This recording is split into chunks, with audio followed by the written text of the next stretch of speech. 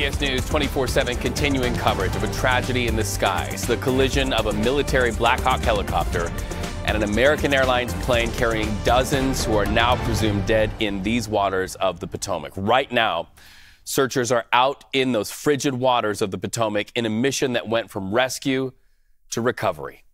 All of the victims have our thoughts here at CBS. I'm Reed Cowan. Thank you for tuning in. So, at this hour, at least 28 bodies known to have been pulled from the water after that tragedy that was caught on camera. In fact, let's watch right here. Difficult to show you. This is EarthCam video, new to our monitors, showing the moment that commercial passenger jet and a Black Hawk helicopter collide midair just before 9 p.m. near Reagan National Airport.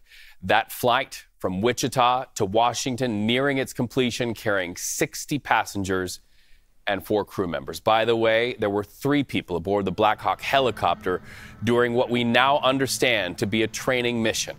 Hundreds of personnel in the water and at the water's edge recovering dozens of bodies. That will go on for many more hours. And at this very hour, we are also told officials believe no one survived.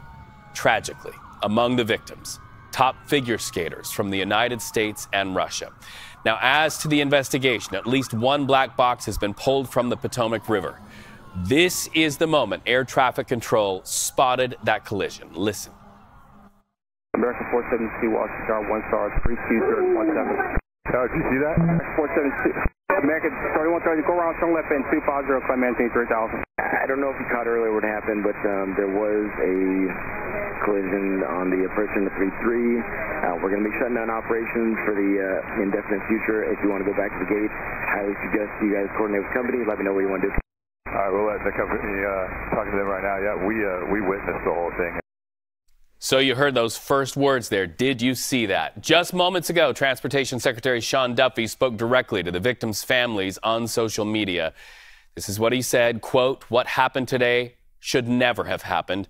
I want the families of the victims to know that they have my word. I will not rest until you have the truth."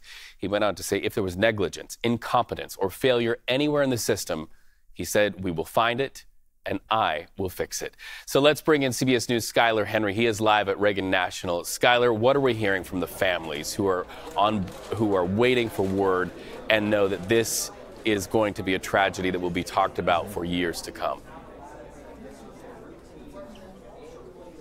If not longer than that, Reed. Good to be with you as always. We know that these families have been waiting here at this airport, waiting for more information. American Airlines is holding a space for them so that they can all come here, rally here, and get the support that they need and really sort of stand them up in this moment, this tragic moment, especially considering the fact that what we know of from last night, in that this flight was mere seconds, minutes from landing here at Reagan National Airport. So many of them were here all awaiting to pick up their loved ones and to be met with this tragic news. So a lot of them are still waiting to try to figure out exactly what to do next as crews still work to recover the bodies of those who are still in the Potomac as we speak. You talked about what officials have had to say up until this point. We know that they are working around the clock, more than 100 crew members, all doing everything that they possibly can to ensure that they not only look for those who may be still among the wreckage, but also try to get to the bottom of exactly how this happened. You talked about Defense Secretary Pete Hegseth, but also we heard in the White House press briefing room just earlier today from President Trump, Vice President J.D. Vance, as well as Transportation Secretary Sean Duffy, all of them talking about wanting to get to the bottom of exactly how something like this could happen, especially considering that this is a routine, if you will, in this congested airport, so to speak, and that there is commercial travel here, military travel here, federal resources have been here and are constantly moving in and around this airport at all times throughout the day. And having lived in Washington, D.C., we know that these military helicopters are constantly working on training missions and constantly working on missions. We would sometimes hear them fly overhead in our houses and apartments here in the city. And so many in and around this area are so accustomed to seeing those helicopters fly over. To see something like this, incredibly tragic. Skylar, it occurs to me, and the thought is chilling. You know, you think about family members who are so excited to welcome these bright young people home from what was this training camp. If they didn't see the crash, if they didn't see the collision, at a minimum, these family members heard the response. They likely could hear the sirens. We heard the CEO of American Airlines saying he's sending support to them. What does that mean? Grief counselors, what kind of help are they getting? It is that. It is grief counseling, it is resources, it is knowing who to talk to, where to talk to them, and how to talk to them. Because this is a scenario that no one would expect, especially considering that we haven't seen something like this in terms of a commercial collision since 2009. And so I think that many people, when they get on these planes, you go through your safety instructions and all the videos and things like that, expecting for things to go well. And so to your point, to experience something like this in this moment, certainly surreal. I have to tell you, I was on a plane from Atlanta to this area earlier this morning. Something else that was surreal, on the plane, watching so many people watch this news as it was unfolding, these press conferences with this information as it was unfolding, and many of them certainly concerned about what was happening and also looking for some reassurance about, are they safe on the plane as well? The pilot, the crew members, all reassured our safety. I certainly think at a time like this, absolutely welcomed words. But back to that family, they are still trying to figure out exactly what to do next. In addition to American Airlines, Washington, D.C. is certainly supporting these people as well. In fact, Mayor Muriel Bowser told our CBS News colleague Nicole Skanga earlier today on 24/7 that they will do everything they can to wrap their arms around these families as well, because not only is Kansas hurting in this moment, but Washington, D.C. as well as the nation. Skylar Henry, thank you so much for being there. Well, President Donald Trump joined his vice president and many others in a news conference from the White House briefing room earlier today. After brief condolences to the families who have lost their loved ones, this is what the news conference turned into. Watch. We do not know what led to this crash, but we have some very strong opinions and ideas, and I think we'll probably state those opinions now. I changed the Obama standards from very mediocre at best to extraordinary. You remember that. Only the highest aptitude, they have to be the highest intellect and psychologically superior people, were allowed to qualify for air traffic controllers. That was not so prior to getting there. When I arrived in 2016, I made that change very early on because I always felt this was a job that, and other jobs too, but this was a job that had to be superior intelligence. All right, so let's continue the conversation with CBS News' Aaron Navarro live at the White House. Joining us now, Aaron, we're glad you're with us. We know it's a very busy day where you are. Aaron, the president wasted no time tying this to the previous administration's policies. He punctuated his own opposition to diversity, equity, and inclusion policy positions. Do we know for sure that if the error that led to this tragedy had any root in DEI policies? Reed, the short answer is no. And President Trump was asked how he came to that conclusion later on in the press conference, and he said it's, quote, common sense. What President Trump was referring to earlier in the conference and a little bit in the answer you just played was the claim, and he mentioned this in the memo he signed last week, that the FAA during the Biden administration hired 3 individuals with, quote, serious infirmities that could impact their job. Throughout the press conference today, Trump talked a lot about FAA and air traffic controllers being of the highest standard, and said he does not want the FAA to hire people with, quote, severe intellectual and psychiatric disabilities. Again, we have no proof or evidence that that had anything to do with the crash last night. We know that the Trump administration has been pushing their agencies to get rid of anything regarding DEI policies. And while we're talking about Trump's executive actions in relation to this, official with the Office of Personnel Management confirmed to CBS News that air traffic controllers were exempt when it comes to the hiring freeze that Trump issued last week, as well as this deferred resignation, sometimes referred as a buyout, that was issued by the White House earlier this week. Air traffic controllers exempt from that, as they are considered those dealing with public safety. And Aaron, we also know the president announced that he's going to immediately appoint an acting FAA administrator. Do we know who that will be? it will be Christopher Rocheleau, who was appointed deputy administrator for the FAA about a week ago. He has lots of experience in the FAA, was a chief safety officer, had also been a chief operating officer at the National Business of Aviation Association. He had spent 10 years in the Air Force. Now, the post was left vacant after Michael Whitaker resigned on Trump's inauguration day. Whitaker had been confirmed without any objections in the Senate about a year and a half ago. We know that Whitaker had been criticized by Elon Musk, who we know has the close ear of President Trump, because Whitaker proposed fines to Musk's SpaceX company. But Christopher Rocheleau is now the top head of the Federal Aviation Administration as they begin to work on what happened and investigate how this occurred. Well, and from his own words, the president painted quite a dark cloud about the previous administration's stacking of our nation's transportation system. But did he have anything to say about whether Americans today who are about to get on a flight should feel confident to fly? He said Americans right now should not be afraid to fly. He said he is not hesitant to fly, and that it's been many years since something like this happened, and they don't expect it to ever happen again. He, like Duffy said earlier this morning, touted America as having the, quote, safest flying anywhere in the world. Aaron Navarro, live from the White House, thank you so much for that conversation. Well, CBS News transportation teams really are helping us to know a lot more about the two aircraft involved. So here you see on your screen what we're talking about. At the time of the crash, the three soldiers on board that Black Hawk helicopter flew in a standard military training flight. On the left, a standard PSA Airlines CRJ series jet holding 60 passengers and 4 crew members. Newly appointed Department of Defense Secretary Pete Hegseth talked more about that Black Hawk flight last night. Let's take a listen. Routine annual retraining of night flights on a standard corridor for a continuity of government mission.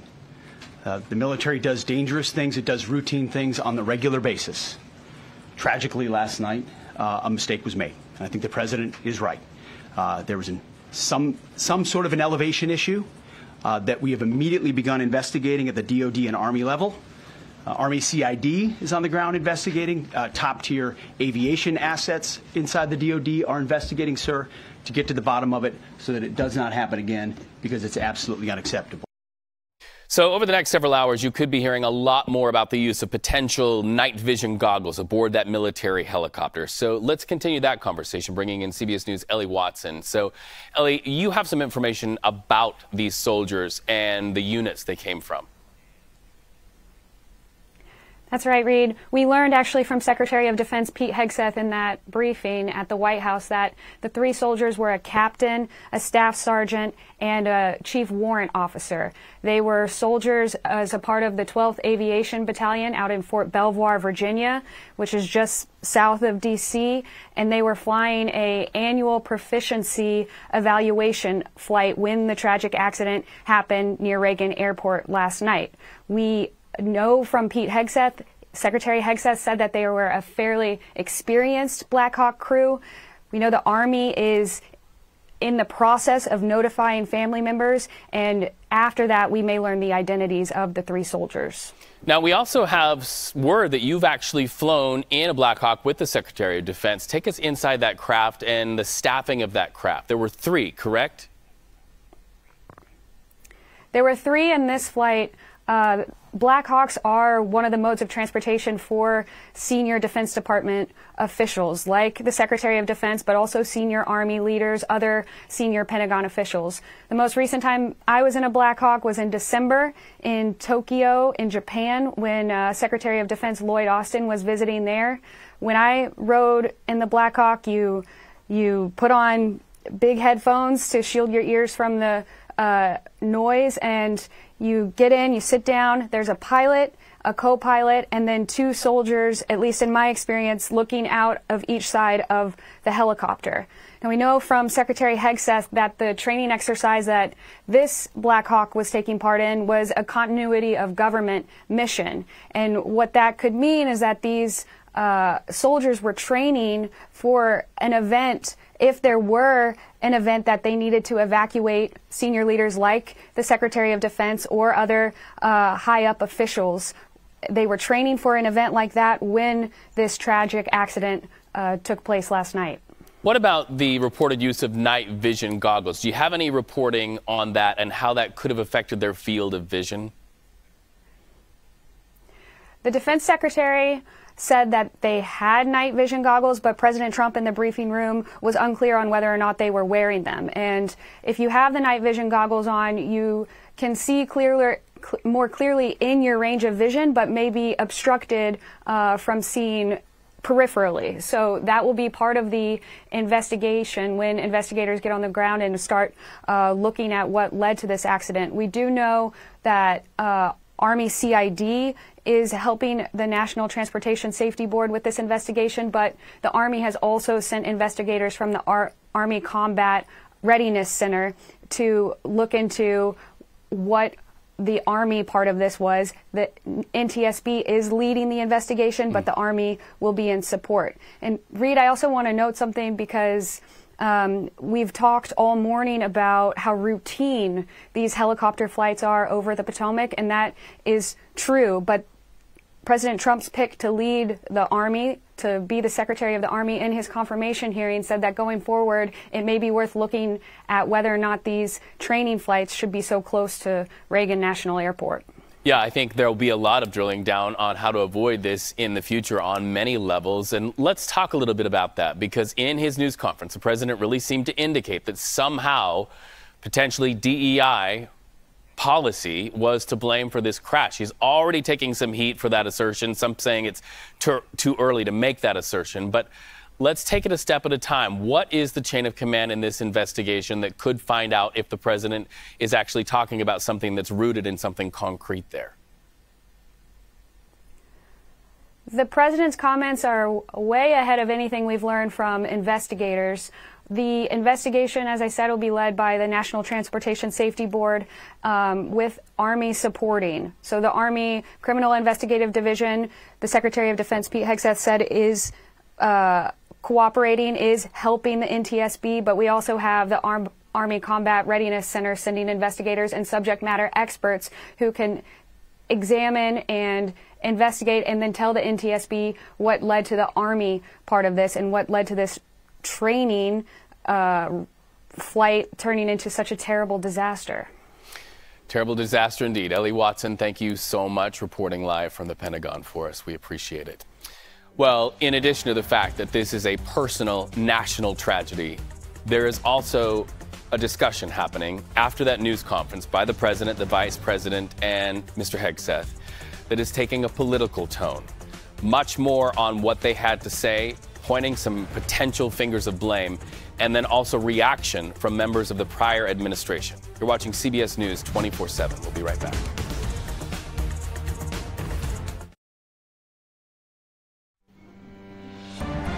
CBS News 24/7, following a tragedy in the skies. A U.S. military helicopter colliding with a passenger plane.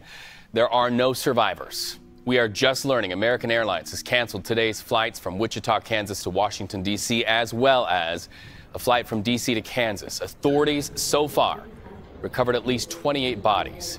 At least 60 passengers and 4 crew members were on that plane, while 3 soldiers were on board that Black Hawk helicopter. A community in Wichita right now mourning the lives lost in that deadly D.C. crash. This is video of a prayer service coming to our monitors. This prayer service is underway right now. People are standing there to show their respect to those whose lives are known to have been lost. While you are watching the mourning happening in Wichita, Kansas, we also know there is another side of this tragedy, and that is at Reagan Airport in Washington, D.C., where families were gathered to pick up their loved ones. And now they are in a room, a private room, with grief counselors awaiting to see if their family members' bodies have been pulled from the icy Potomac. Once again, you're looking at a prayer vigil out of Wichita, Kansas for the victims. Meanwhile, President Trump wasted no time placing blame on the prior administration. Let's listen in. The FAA, which is overseen by Secretary Pete Buttigieg, a real winner. That guy's a real winner. Do you know how badly everything's run since he's run this Department of Transportation? He's a disaster. He was a disaster as a mayor. He ran his city into the ground, and he's a disaster now. He's just got a good line of the Department of Transportation. his government agency charged with regulating civil aviation. Well, he runs it, 45,000 people, and he's run it right into the ground with his diversity. So former Transportation Secretary Pete Buttigieg reacting to that on X. Here is his post. He writes, "Despicable. As families grieve, Trump should be leading, not lying." He says, "We put safety first, drove down close calls, grew air traffic control, and had zero commercial airline crash fatalities out of millions of flights on our watch." President Trump now oversees the military and the FAA. One of his first acts was to fire and suspend some of the key personnel who helped keep our skies safe. Mr. Buttigieg then saying time for the president to show actual leadership and explain what he will do to prevent this from happening again. So let's bring in Linda Tran. She is the former director of public engagement and senior advisor to former U.S. Secretary of Transportation Pete Buttigieg. Your thoughts about what Mr. Buttigieg had to say there? Well, first of all, let me just start by saying how remarkable it is that at a time of incredible tragedy for the nation, that we are seeing the great politicizing of the incident itself. It's not something that we should get used to. It's not something that we've seen in the event of other tragedies that have happened over the many, many decades of both Republicans and Democrats at the helm of the great safety agencies that regulate the airways in our country. So I just want to start there. It's strange to see the political football. But I also want to make clear what the secretary is talking about are the actual data. So, for example, part of his comment was about the air traffic controllers and the recruits that have happened. So during his leadership, we actually exceeded the number of recruitments for air traffic controllers last year for the very first time in decades. So there's significant progress that has been made. And then really big picture here, rather than get caught up in the culture wars that it's clear that this president would like us to focus on, what actually needs to happen fundamentally is continued, sustained, and in fact, increased investment for the Federal Aviation Administration. Consider the fact that the operations for the air traffic organization caps out at about $10 billion, and just millions of that amount is dedicated towards air traffic control operations. And so to be really, really clear, part of what needs to happen is a lot of investment into upgrading air traffic control towers, into upgrading technology and tools that are used to keep passengers safe, and certainly not this political back and forth. You've got a president of the United States, though, who's targeting Mr. Buttigieg, implying that he hired unqualified individuals with, and these are the president's words, disabilities and psychological issues. The president said it, so we have to ask it. Were there hiring policies that put people like this in place who have, as the president said, psychological issues? Absolutely a fair question. And to be really clear, under the previous administration, there were very inclusive hiring practices that are designed, if you think about it, to ensure that the agencies that protect Americans are educated by the lived experiences of those Americans that it is designed to serve. In no way, shape, or form would there have been anyone in an air traffic control tower who had severe mental disabilities or would be unable to carry out the responsibilities of that job. It's again a deflection, a distraction from the fact that a very terrible thing happened today, and it was under the watch of this president. You say severe mental disabilities. Are you personally aware of any hiring of anybody who was flagged as having any mental disabilities? I am not.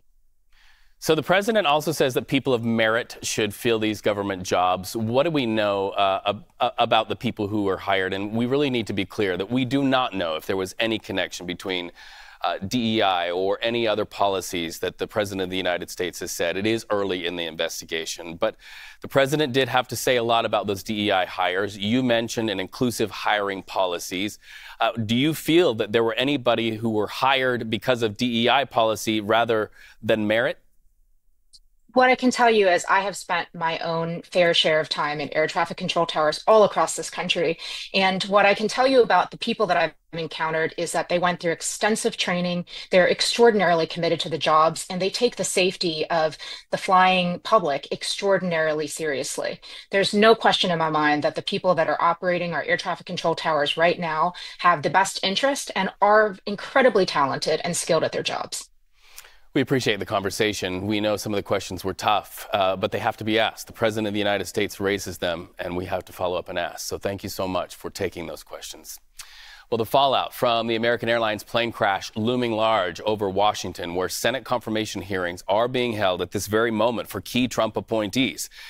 Senator Mark Warner talked about the tragedy at the start of the confirmation hearings for Tulsi Gabbard. Listen. It's a horrible tragedy. The victims' families are still being notified.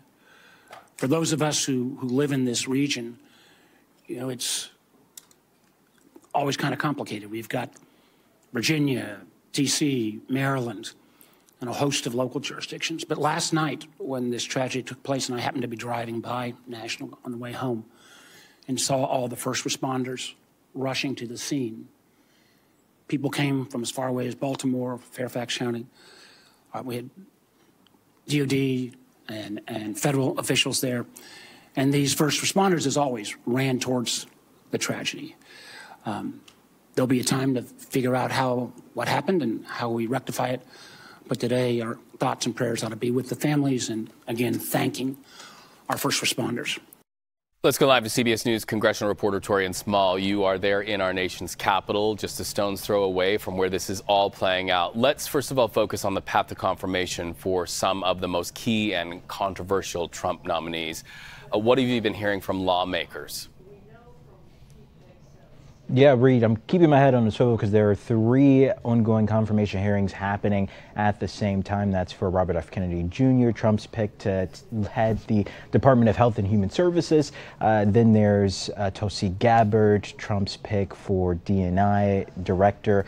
And then Kash Patel, who has been arguably under the greatest amount of scrutiny from Democrats on his respective panel as he's been tapped to lead the FBI. Patel is an individual who is known as a staunch Trump loyalist, which gave pause to quite a few Democrats on this panel. I talked to Senator Richard Blumenthal ahead of this hearing, and he said even though there appears to be a pathway to confirmation for not just Patel, but also Pam Bondi, who's been tapped to be the next AG. He thinks that it's the job of Democrats to illustrate just why this is concerning. Take a listen to what he told me. Bondi, Patel appears to have the pathway to the confirmation. If that happens, what concerns do you have about the makeup of these institutions? We're at a break the glass moment for our democracy. J.D. Vance has said that maybe the president needn't follow the courts in their orders because they have no armies or police force. I'm going to be looking to Pam Bondi to be saying no to the President of the United States if he gives her an illegal or immoral order. And I'm going to be looking to my Republican colleagues to join me in insisting that she do the right thing. I think we're only at the beginning of this potential reign of terror for our democracy because a Department of Justice that's let loose without respect for the law will do lasting damage to our democracy. There were quite a few striking moments during that confirmation hearing. Blumenthal actually read back Patel's previous comments, asking if he still stood by them. Many of those comments, not just Blumenthal, but many Democrats on that panel believe were disqualifying of Patel because, in their words, they were anti-law enforcement and conspiratorial. Well, we know that Kash Patel has faced a lot of criticism for the comments that he's made about the agency that Trump has tapped him to lead, and that really led to a pretty heated exchange today. Yeah, Reed. Senator Klobuchar, Amy Klobuchar of Minnesota, had a very heated back and forth between them. And in fact, it went over her time. It caused quite a few Republican members of the panel to argue with the chairman to rein her in because they felt it was out of line. But similar to Blumenthal, she wanted to read back what he said previously and get him to stand on those words today. Take a listen to that exchange. Did you say that the FBI headquarters should be shut down and reopened as a museum of the deep state? Mr. Chairman, are we allowed to go an extra time? Let's see. You get a second round. before I call on Senator Lee. Could he just answer the question if he said that the FBI headquarters, where they investigate cybercrime and terrorism, should be shut down and open as a deep state, Mr. Chair, as a museum? Did he say that the headquarters should be shut down? Mr. Chair, I deserve an answer to that question. He is asking to be head of the FBI, and he said that their headquarters should be shut down. Mr. Chair, parliamentary inquiry. You got anything you want to say, Mr. Patel, before I go on to Senator Lee? Simply this. If the best attacks on me are going to be false accusations and grotesque mischaracterizations, the only thing this body is doing is defeating the credibility of the men and women at the FBI. I stood with them here in this country. In every theater of war we have, I was on the ground in service of this nation. And any accusations leveled against me that I would somehow put political bias before the Constitution are grotesquely unfair. And I will have you reminded that I have been endorsed by over 300,000 law enforcement officers to become the next director of the FBI. Let's ask them. Reed, what I found instructive about this exchange is, in my conversation with Blumenthal, he said that the goal for Democrats with this confirmation hearing, knowing that there is a pathway to confirmation, is to introduce the American people. So utilizing the public nature of this hearing to paint a picture of who Patel is. These allegations about what he said before, his previous words or comments on these institutions, come before just days ago when a whistleblower alleged that he almost compromised a hostage situation in Yemen where there were Americans looking to be secured by the U.S. He had prematurely made comments to the Wall Street Journal on that release. So this is building, they're looking to build this case against Patel, knowing that it might not sway their Republican colleagues, but at least to paint this picture of who the incoming administration might be in and what that could mean for the future of these institutions, Reed. And just to button this up, speaking to timeline, what are you hearing for the confirmation hearings and votes for RFK, for Tulsi Gabbard, and for Mr. Patel? Do you have a sense of the timeline and how this will play out this week or maybe into next week? Yeah, their hearings will wrap up today. Robert F. Kennedy Jr. met before the the Senate Health Committee, that's Health, Education, Labor, and Pensions. That was his second hearing. Yesterday, he met with Senate Finance, who would ultimately be tasked with voting him out of committee to the floor. So far, it appears that he has the numbers among Republicans to make it to the floor at some point. Same with Tulsi Gabbard. The question is, how long would it take for them to actually reach a final confirmation vote?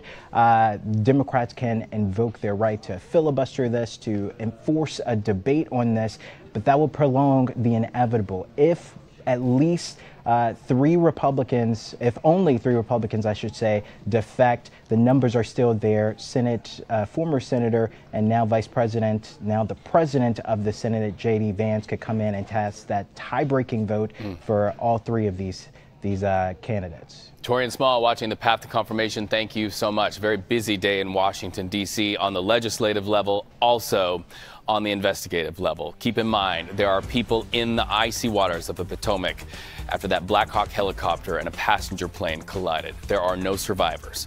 What we know and what we want to know when we come back.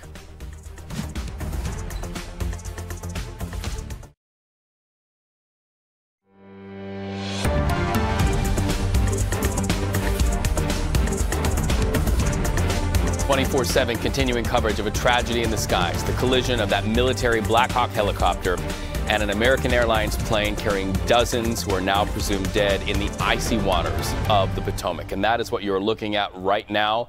This was a rescue mission, and then overnight it turned into a recovery mission. And it's definitely a tragedy out there and so many things to unpack. But let's not forget, everybody being pulled out of that water is somebody's somebody. So to that point, at least 28 bodies pulled from that water after this tragedy that was caught on camera. Look at this.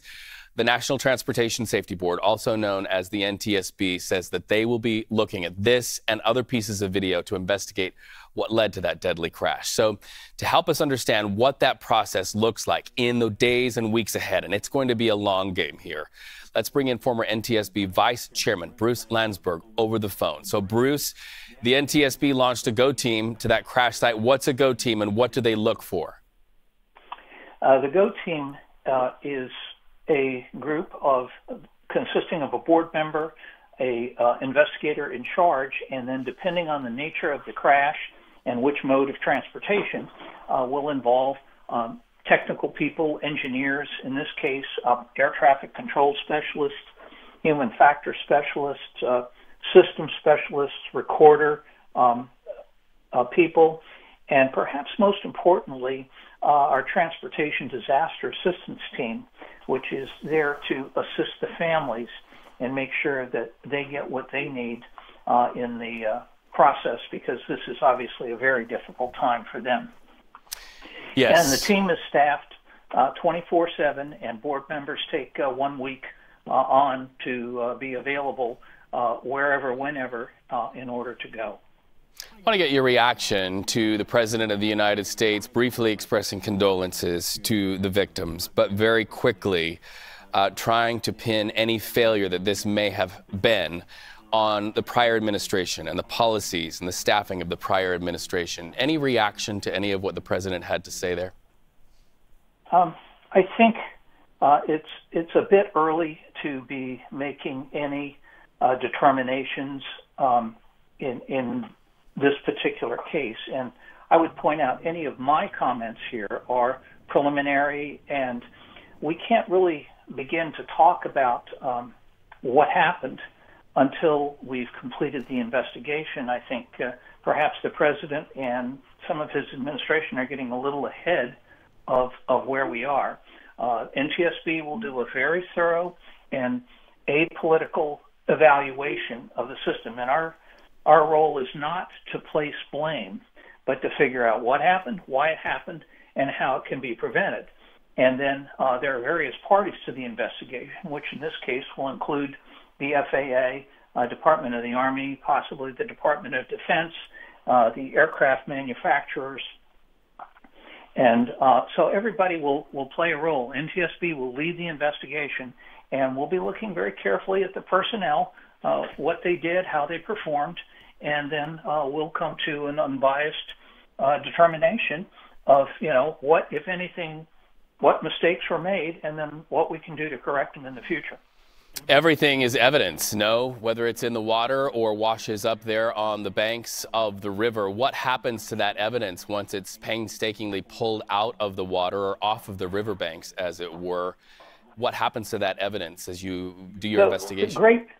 Great question, Reed. So the first thing is that they will gather the perishable evidence, which is obviously the items in the water or that happen to wash up.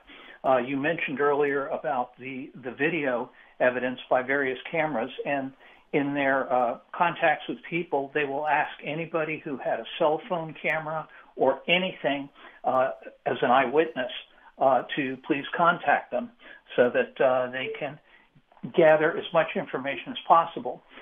They'll retrieve the wreckage, and it will be moved to a secure location where they'll then have a chance to go through it and make sure everything is accounted for, and they're able to determine exactly how the aircraft impacted. One thing that is of particular interest will be the orange boxes. I know people like to refer to them as black, but none of them are black. They are all orange, which will be the flight data recorder and the cockpit voice recorder, and our people will very carefully go through and analyze that off of the airliner. I don't know what kind of recording devices the Black Hawk had on it, but if it has any recording devices, that will be brought into play as well. So knowing that already from the jump, given that first news conference with the President of the United States, the Vice President of the United States, Pete Hegseth, and others, is now becoming political, how important is it that this investigation stay apolitical? And what are the protections so that the evidence that comes from those orange boxes, not black boxes, is protected and isn't political? Well, by statute, the NTSB is organized and set up to conduct an absolutely politically neutral investigation. Again, our interest is not to blame administration officials or anything of that nature. We're looking at this from a purely technical and engineering and operational standpoint. And myself as an active pilot, I understand that. Obviously, other people have different agendas, but NTSB is very straightforward, and it was one of the reasons I agreed to take the job, is that, you know, we don't get into the personalities aspect of this. We're going to deal with the facts. Bruce Landsberg, former NTSB Vice Chairman, thank you so much for being with us on CBS News 24/7. So while we talk about the investigation, we have to remember, and I said this right off the top of this part of our broadcast, that everybody who's being pulled from the water is somebody who was supposed to be picked up safely from that airport at Reagan National and taken home to have a new day. So while the investigation plays out, we're also learning more about the people involved, and there are many human tragedies to report. CBS News 24/7 back after the break.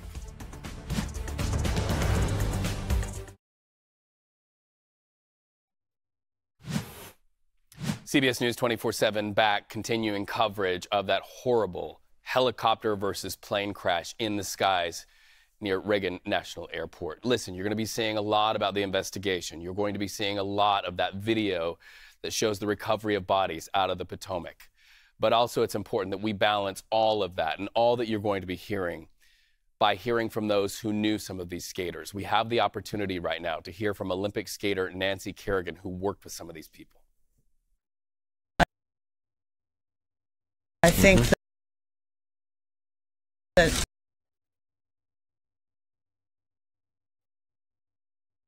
it will help them to be together on the ice. Agreed. Yeah, and that's what I was just thinking, this similar, that we all grieve differently, and I just urge them all to be patient with each other, because someone might want to get out there and just practice like it was last week, and someone else might feel like that's not appropriate, but we all grieve differently and at different times and in different ways, and we just have to be accepting, like, that's how they're dealing with it. They just have to go, and somebody else might not be able to step back on the ice for a little while, and that's okay too. Like, just be patient with one another and be there to support one another, whichever way they choose to deal. And I think for me, as the leader of this organization, you know, it's my job to make sure our ice is occupied and is at capacity.